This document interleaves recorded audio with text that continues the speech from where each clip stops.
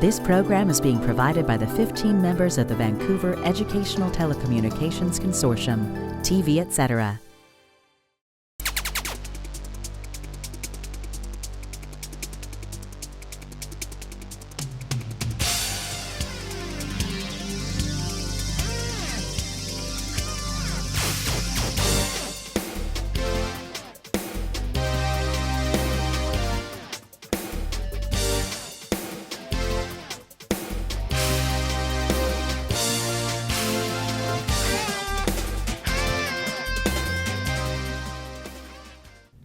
Welcome to this special episode of In the Know. I'm Mark Ray, Director of Instructional Technology and Library Services for Vancouver Public Schools. Today we're taking a look over the past year to share our favorite stories about technology in the classroom. They're part of our ongoing series called We Learn. So what exactly does that mean? Well, across the district, Vancouver Public Schools is implementing what it calls flexible learning environments. And that means putting learning technologies and digital tools in the hands of students and teachers. In some cases, they're learning how to use technology to complete projects and prepare for future careers.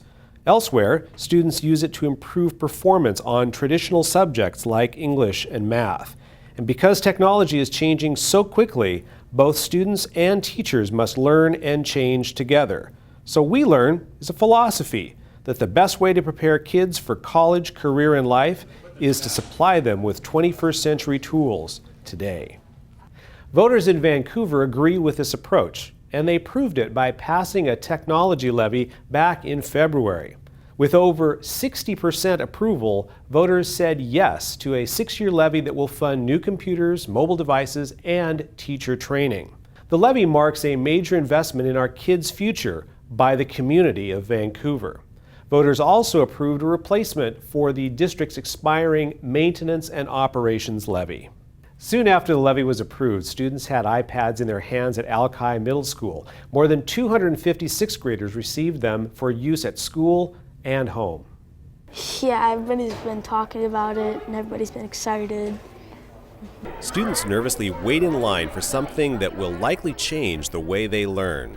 Staff members, including myself, check out iPads to students who will keep them for the rest of the school year. But before they start exploring, they go to boot camp, iPad boot camp, in which they learn about digital citizenship and the care and feeding and safety associated with their iPads. We're getting them all together and walking them through the steps that allow them to enter the district internet filter, and then some management tools so we can kind of keep an idea of what students are doing on those devices from a centrally managed point. The students learn from Principal Curtis Smith that with privilege comes responsibility. These are the things you can and cannot do, really coming down from the administrator to the kids. Yes, we're excited, however, here are your boundaries. While students know the limits, they're already thinking about the possibilities. Definitely a lot of research for our projects, especially as I go through 7th and 8th grade, as there's more research involved, so I'm definitely excited to see that. These devices also mean no more waiting in the computer lab. Instead of using the computers because they're old and really slow, and so then you can just do your work and type stuff up and then just send it to your teacher. And since they take the iPads home, the learning doesn't stop at the end of the school day. Like they were saying during the assembly, 24-hour, you could go say to your friend, how do we do this math problem? Or what were we supposed to do on the English homework again? Most importantly, the use of devices like these iPads prepare students for college, career, and life. Kids nowadays, they look more at technology than actual paper because the whole world's practically technology now. Our community has supported the tech levy so our kids can have this experience, not just at a few schools, eventually at all of our schools. Before the kids got their devices, their teachers got plenty of training. At a training session at Alki Middle School, staff gathered to learn how iPads work and how they can empower great teaching.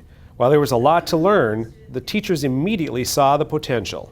It's kind of intimidating being part of the rollout group, but I think we've been given a huge opportunity, and I'm excited to see what it'll do for all of our students. The sessions were designed and led by district instructional technology facilitators, including teachers from around the district who are already using iPads in pilot programs. These pilot programs provided valuable insight into how to best use mobile devices in the classroom. One of the most successful iPad pilot programs took place at McLaughlin Middle School. Students quickly moved beyond the fascination of the iPad to using it as a means to improve reading comprehension. These McLaughlin sixth graders are reading the book The Color of My Words, the story of a young Latina finding her way in the world. After the students have flipped through the pages, they flip on their iPads. They write chapter summaries, draw pictures of what stood out to them, and translate some of the Spanish words in the book.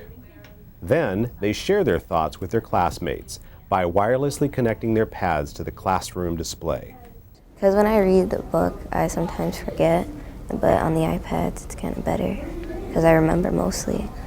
I see that because of the apps that we use, because of the fact that we don't do all the work paper pencil, there's a lot more engagement. Going on the iPad is fun.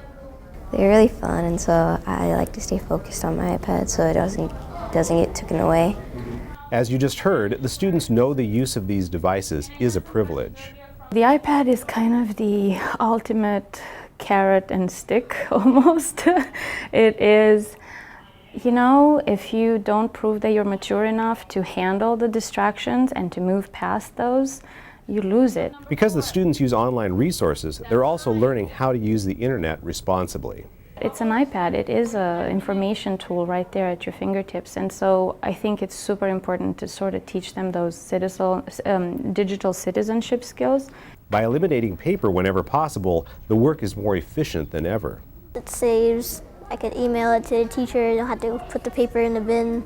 Their pads also put more responsibility on the students to direct their own learning, a challenge they gladly accept. It just moves away from that, you know, teacher, deliverer of information, and students sit there quietly and receive it. It puts us on an equal footing, which might make you uncomfortable a little bit at the beginning because maybe that's not what you're used to. But once you get into it and you realize how much potential there is for students to really take responsibility of their learning and take ownership of that, it's beautiful. Just stand back and kind of watch them go to work with it. So, as you just saw, using tablets for English is working, but you may be surprised to learn that tablets are also making a difference in PE. Geyser Middle School PE teacher Philemon Afenagus controls nearly every element of his class with an iPad. It's one of 3 units assigned to Geyser's PE department by the school district. It begins as the students arrive. They run warm-up laps set to music that Philly controls from his touchscreen while he takes attendance on the same device. So it kind of streamlines the process and gives us more physical activity time. Next, the students learn about their heart rates. It has to be above 60, and then we double it, and then he'll show us sometimes about the heart and then the organs inside our bodies. The video and audio for this lesson are streamed from the iPad and projected on a screen. There's definitely power in being able to show them visually as opposed to just, you know, talking at them, because a lot of our kids nowadays are visual learners. And essentially I think what we've done is we've brought the classroom, the traditional classroom, into PE. Now that they know how their hearts work, they get their blood pumping by playing handball as the music continues to play. When Philly pauses the music, the students freeze so he can check out their defensive stances. That's today's lesson. We have to bend our feet so then to move around, and then we always have to block each other. But with the iPad, Philly can go one step further. When the students resume their games, he videotapes the action so he can show it to them afterwards. When a kid is meeting and exceeding the expectation, I can show them a video as a group or individually and say, look how awesome of a job you're doing. And if a kid is struggling with the skill, I can record him doing the skill, and I can say, come over here and take a look at yourself. Your elbow needs to be a little bit higher, so they get instant feedback. The students say that seeing the instant replay helps them understand how they can improve. And Philly tells us he's already seeing improvements to his teaching. You know, I don't know how we ever lived without this before. Parents and community members got a chance to see the district's technology efforts in person. The 3rd annual We Learn Technology Showcase drew hundreds of people to the Commons at Skyview High School. Nick Vole has more from the event. The 3rd annual We Learn Technology Showcase transformed the Commons at Skyview High School. Students from all grade levels got a chance to show adults the cool technology they're using in class to improve their learning. We Learn really is about showcasing the way in which we're leveraging technology to improve student learning outcomes. The demonstrations included a wide variety. There was hardware and software, like language and math apps on iPads and iPods. There were robots and student-made video games, plus all of the engineering that goes into making them. There was media, including digital photography and video. The one thing all of the booths had in common is that they showed how modern technology helps students make connections. This is about unleashing the power of technology to personalize learning for students, right? To engage them, to motivate them, and to personalize that experience in such a way that propels them towards post-secondary success. One of the best examples came from Vancouver's newest school, iTech Preparatory. Students at iTech Prep use project-based learning, collaboration between each other to understand the topic. It really helps students because instead of just learning and writing all the information, you really have an understanding because you have to take the information that you learn and put it into your own creative thinking and actually turn it into a real-life project. We all have to take a part of this project and we all have to work together because not one person can't do all of what we have to do for this project alone, so we really have to collaborate and work on this project together. And the teachers, they're just there if we need a little bit of guidance. They give us some questions and we go find it ourselves, and if we need assistance, then they give it to us. Joining the general public at the event were teachers from across the district. They included training sessions so they could learn how to implement new technology into their own curriculum. But ultimately, the night was about students and their excitement to use new tools to learn. When you ask kids what's transformative about having these digital learning tools in their hands, it's really about personalization. And that's really about empowering kids to be responsible for their own learning. And that is really the sweet spot. For In the Know, I'm Nick Vole. The event transformed the Commons in the course of one short afternoon. One of the students demonstrating at the event, Cole Hansel of Vancouver School of Arts and Academics, made this time-lapse video of the prep work. As part of his senior project, Cole used a homemade time-lapse photography rig to take this footage. He also fascinated attendees with a demonstration during the event. And his wasn't the only project to impress visitors. The crowd at the We Learn Technology Showcase 2012 was as diverse as the exhibits themselves. Parents, teachers, students, even employees from other school districts. And it is, I think, always interesting and informative to see the kind of projects that Vancouver's taken on. They've been a leader in a lot of the reforms that have been going on in educational technology stuff lately. From the people we spoke to, it seems like the investment in technology for education is an important one. I think that, in the world that we live, it's very good to have them engaging. It's almost like learning a second language, and they're learning it at such an early age that they can engage just as somebody would if they learned 2 languages from birth. Engagement with technology was important to Madeline, who came out to scout out which high school she might want to attend. I think it's really cool, all these schools, you get to interview them all without actually having to walk everywhere, to the actual schools. Of course, some of the more visual exhibits were the most popular, like the machine built by engineering students that shoots ping pong balls, or Skyhawk News, where 5th graders make their own TV show. But everyone seemed to agree the real stars of the event were the students who were sharing their exciting uses of technology in the classroom. I'm very impressed. I really like the fact that I'm seeing kids using the technology and that I can ask a kid a question. I thought it was fascinating. I thought that the kids were very engaged. I thought what they were doing was quite interesting. I was impressed with their degree of familiarity with the apps, the various apps they were using. The VPS TV studio produced a half-hour special on the We Learn event. You can see it on our YouTube page. That's youtube.com/VanSDTV. Vancouver's newest school, iTech Preparatory, opened this year with an innovative approach to technology. It assigned every student a laptop and was Vancouver's first student one-to-one project. The students used the computers in class, after school, and even at home. The idea is to keep them connected to information at all times and extend the school day. Lewis and Clark High School will adopt a similar one-to-one technology program in the coming year. Traditionally, Lewis and Clark has been the district's alternative high school, but it is about to transition to a magnet program using a unique flex model.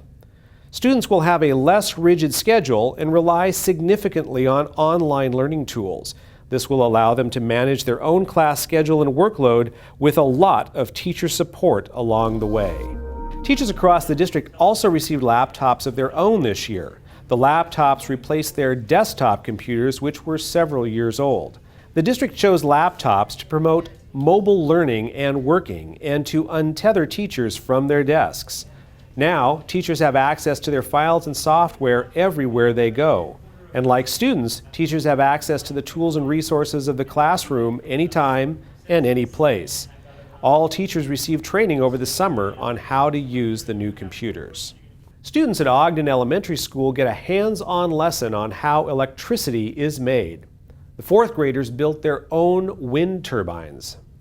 There's tons of ways to make electricity. That's the big picture lesson for Ms. Patrick's students who are examining how we can get away from our reliance on fossil fuels.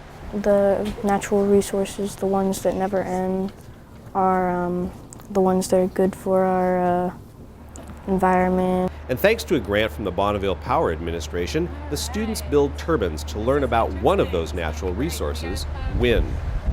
We all started out with the same materials. We made different designs and we cut them out and made sure they were all equal and same, and we tested them out. Using a meter, they experiment to see which designs yield the most power. Electricity is made by things moving. So the blades move on our fan, on the turbine, and all the gears inside is making mechanical energy. To improve efficiency, the students have to redesign their blades, painstakingly adjusting angles, shapes, and the number of blades. It's hard. You have to do it over and over again. You have to make them smaller. You have to do curves. You have to sand it down. You have to cut it. You have to talk to your whole group. Eventually, they perfect their blades and get enough voltage. The smaller they are, the more volts you can get because you don't get as much drag.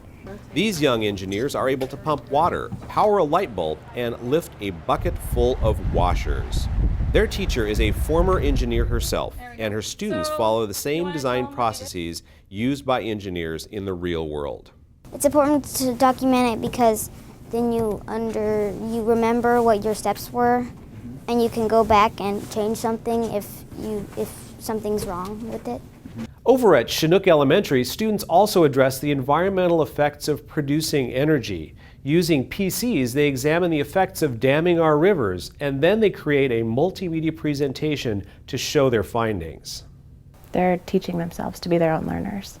Alicia Cast and Erica Anderson teach fourth grade at Chinook Elementary. Their river dam project is part of a mandated curriculum, but they took it beyond the requirements. First, students study the lay of the land.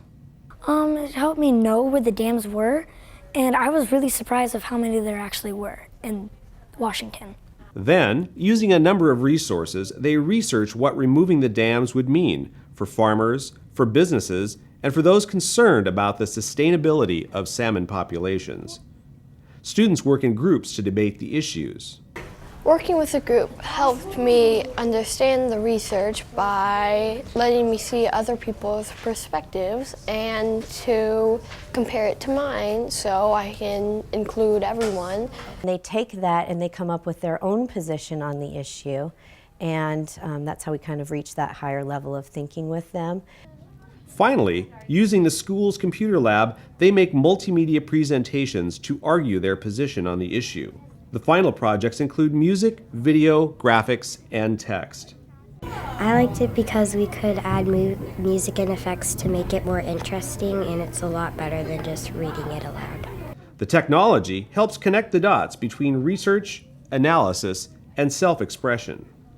It engages them in their learning, and they become more attached to what they're learning, and it becomes their own, rather than what just the teacher tells them they need to learn. Projects like this one break the mold of traditional instruction. To be able to prepare our students for what they will be facing in their future, we really need to be getting this technology into the schools, having the students work with it. Much of the research students do is traditionally done in the school library with help from the librarian. For most adults, that might look a bit like this. But with more and more resources moving online, the modern teacher librarian has more responsibilities than ever. In a sense, the mission of a teacher librarian is unchanged. You need information where the people you come to. And although the library is full of books, they're now one of many options for students. You know, if you think about yourself as an adult, we're rarely going and pulling a book off the shelf to look something up because all of the current information can be found in a database or it can be found through a search engine. Shauna Ferguson at Ogden Elementary is not just a school librarian, she's a teacher librarian, teaching kids how to find and use information in books and online. Preparing students how to know how to navigate that and how to find reliable information and how to be safe while they're looking for that information is a whole new role that we've taken on, but it really does go back to an essential library service that we've always provided. Learning to use technology is one of many lessons teacher librarians offer students. On this day, Shauna has a group of kindergartners who are getting their first lesson on how to click the mouse and use the keyboard. What they're doing seems fairly simple to most adults, but we have students at our school who've never interacted with a computer.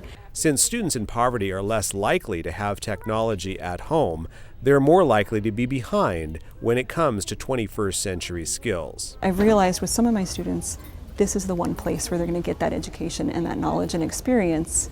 Modern teacher librarians also serve as technology liaisons and coaches for teachers, exploring the latest techniques and devices and showing staff members how to use them. For teachers, it becomes something that they can simply take and quickly use with students and integrate into their classroom without having to spend hours figuring out how it works and how to get their hands on it.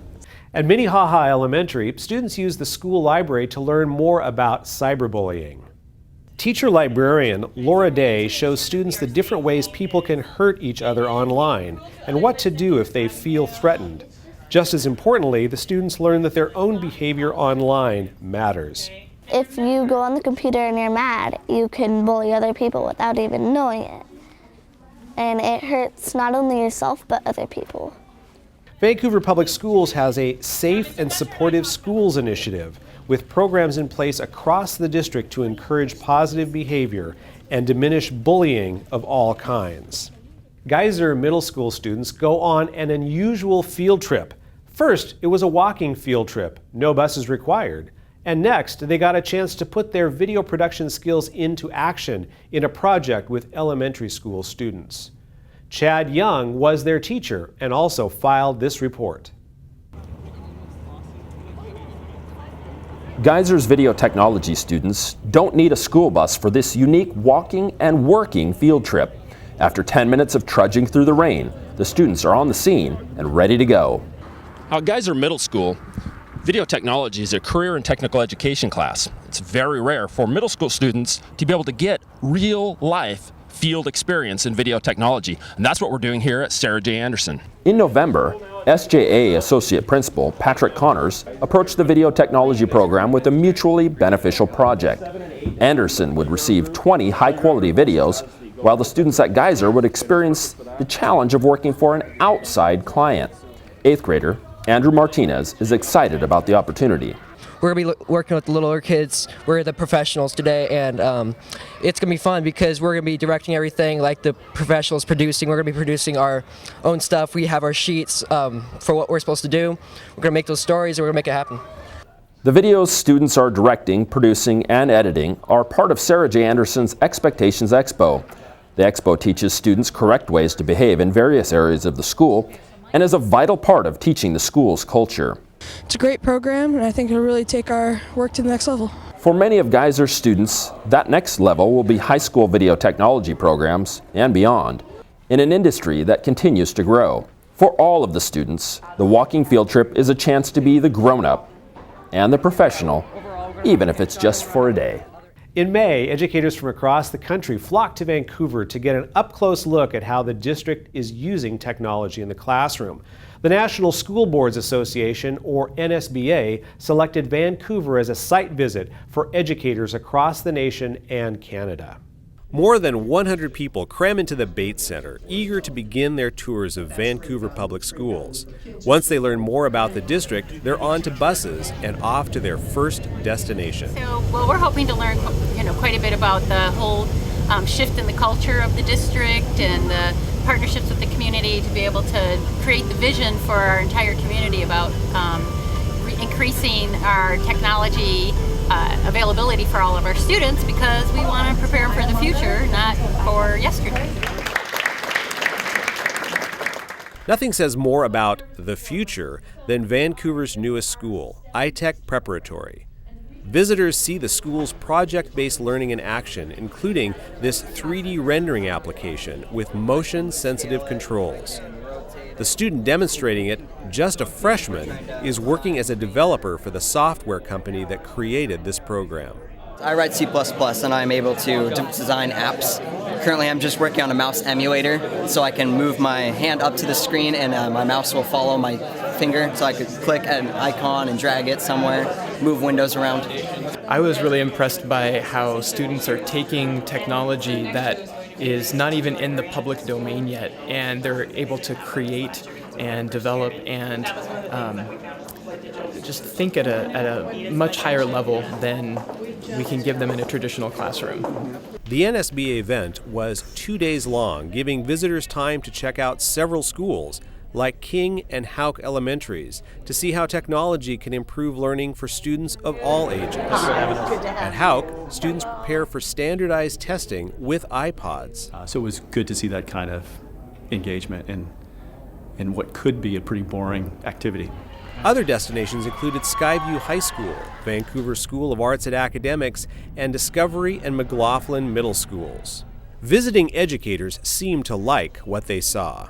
I think what I noticed is that the district is not scared to take risks. They're putting gadgets in hands of kids and teachers and hoping that the outcome will be desirable. And what I've been hearing is that risk is paying off. Wow, that was a lot, and we're just about out of time. But before we go, we want to remind you that you can see many more examples of technology in action on the school district's YouTube page. That's youtube.com/VanSDTV. Just look for the We Learn playlist. We'll also have a whole new batch of technology stories in the upcoming season of In the Know. Thanks for watching. I'm Mark Ray.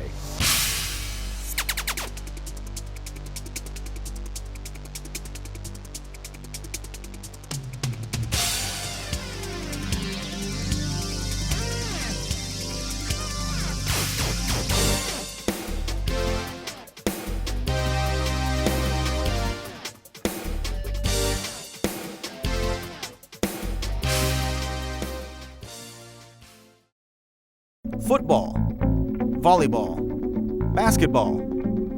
Fort Sports brings it to your living room, live as it happens.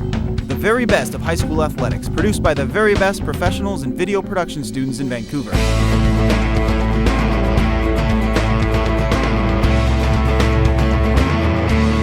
And if you miss it live, see the replay. Fort Sports, only on Comcast Channel 29. Check the schedule at esd112.org/TV, etc.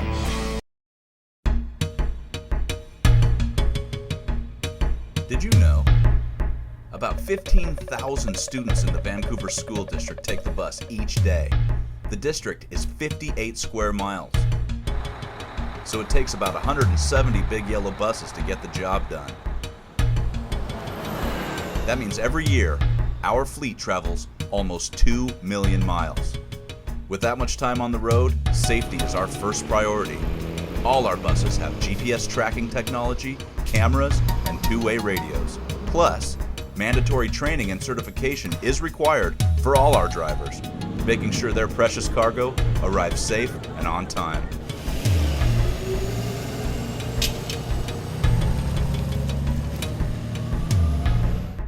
Vancouver Public Schools. Imagine what you can learn.